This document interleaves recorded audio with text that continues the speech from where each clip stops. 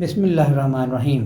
مقبوضہ کشمیر کے سیاحتی مقام پہلگام میں مسلح افراد کی فائرنگ سے 26 افراد کی ہلاکت کے افسوسناک واقعہ کی تاحال کسی نے ذمہ داری قبول نہیں کی ہے، اور نہ ہی بھارتی حکومت کے کسی ادارے کی جانب سے دہشت گردی کے اس افسوسناک واقعے کے بارے میں کوئی حکومتی بیان سامنے آیا ہے۔ دنیا بھر کے دیگر ملکوں کی طرح پاکستان کے دفتر خارجہ وزیر اعظم شہباز شریف نے اس واقعے کی شدید مذمت کرتے ہوئے مرنے والوں کے لواحقین سے اظہار ہمدردی کیا ہے۔ البتہ بھارتی میڈیا کی جانب سے ایک مرتبہ پھر انتہائی غیر ذمہ دارانہ بیانات، ماہرانہ آراء اور تبصرے پاکستان اور فوج پاکستان کے خلاف زہریلے مواد سے بھرے ہوئے ہیں، جن کا حقیقت سے کوئی تعلق نہیں۔ منگل کی دوپہر پیش آنے والے اس دہشت گرد حملے کے بعد مقبوضہ کشمیر کے وزیر اعلیٰ عمر عبداللہ کا کہنا ہے کہ کشمیر میں مقامی سیاحوں کے گروہ پر حملہ حالیہ برسوں میں عام شہریوں پر کیا جانے والا سب سے بڑا حملہ ہے، جس میں 2 درجن سے زائد افراد کو ہلاک کیا گیا جبکہ متعدد زخمی ہوئے ہیں۔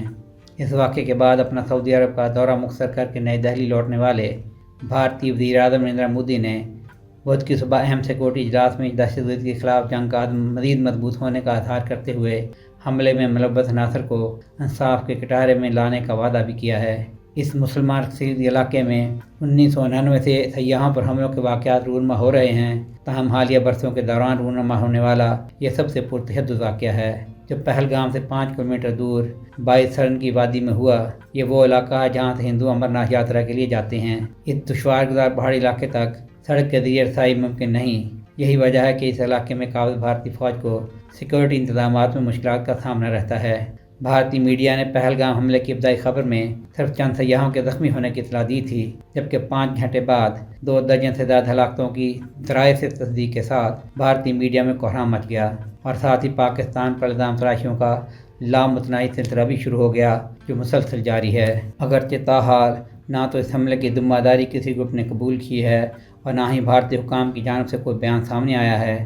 تاہم بھارتی چینلوں پر بیٹھے سابق فوجی افسران اور سلامتی کے امور کے نام نہاد ماہرین نے اپنی پاکستان دشمنی کا برہنہ اظہار کرتے ہوئے بنا کسی ثبوت یا تحقیق کے اس حملے کا الزام پاکستان، افواج پاکستان اور chief of army staff general Asim Munir پر عائد کر دیا ہے، جبکہ ایک دوسرے پر سبقت لے جانے اور عوام میں جنگی ہیجان پیدا کرنے کے لیے متعدد ہندو انتہا پسند چینلز نے اپنی حکومت پاکستان کو اس حملے کا جواب دینے کے مطالبات بھی شروع کر دیے ہیں۔ مزید برآں اس افسوسناک واقعے کی کڑیاں پاک فوج کے سربراہ جنرل عاصم منیر کے 18 اپریل کے خطاب سے ملانے کی کوشش میں اس خطاب میں کشمیر کے بارے میں بیان کیے گئے حصے بار بار نشر کیے جا رہے ہیں، جو 7 دہائیوں سے کشمیر پر پاکستان کے قومی موقف پر مشتمل ہیں۔ یہ بات ذہن نشین رہے کہ جعفر ایکسپریس پر دہشت گرد حملے میں ہونے والی 60 سے زائد ہلاکتیں ابھی کل کا واقعہ ہے، مگر سب کچھ جاننے کے باوجود کسی بھی پاکستانی میڈیا چینل نے بھارت پر الزام تراشی کی ایسی غیر ذمہ دارانہ حرکت نہیں کی۔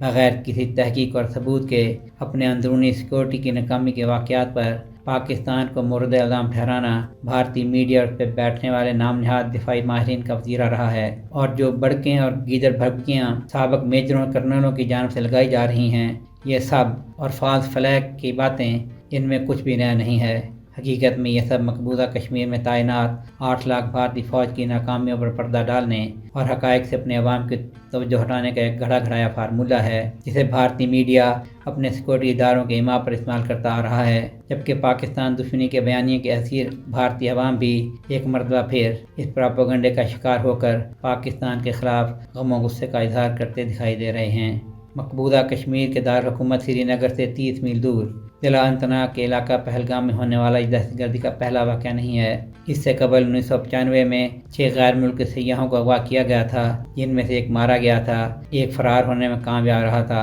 اور باقی 4 کبھی نہیں ملے۔ تب ایک مسلح گروپ الفاران نے اس کی ذمہ داری قبول کی تھی۔ پھر 2000 میں اسی علاقے میں امرناتھ یاترا پر جانے والے 21 ہندو یاتریوں سمیت 32 افراد ہلاک ہوئے تھے۔ 1 سال بعد اسی علاقے میں شیش ناگ جھیل کے قریب 11 یاتری اور 2 مقامی افراد سمیت 13 افراد ہلاک ہوئے۔ 2017 میں اننت ناگ ضلع میں ہی فائرنگ کے ایک واقعے میں 8 یاتری مارے گئے تھے، اور گزشتہ سال جون میں جموں کے کٹھوعہ کے جنوبی حصے میں 8 ہندو یاتری اس وقت مارے گئے جب ان کی بس پر حملہ کیا گیا تھا اور ڈرائیور کے کنٹرول کھو جانے کے بعد وہ کھائی میں گر گئی تھی۔ اس علاقے میں دہشت گردی کے رونما ہونے والے یہ سب واقعات اس بات کا ثبوت ہے کہ یہ بھارتی فوج اور سیکورٹی اداروں کی اپنے فرائض کی ادائیگی میں ناکامی کا شاخسانہ ہے، اسی بھارتی میڈیا کی جانب سے پاکستان کے سر تھوپنے کی ناکام کوشش کی جا رہی ہے۔ سہیل شہریار، آئی پاک ٹی وی۔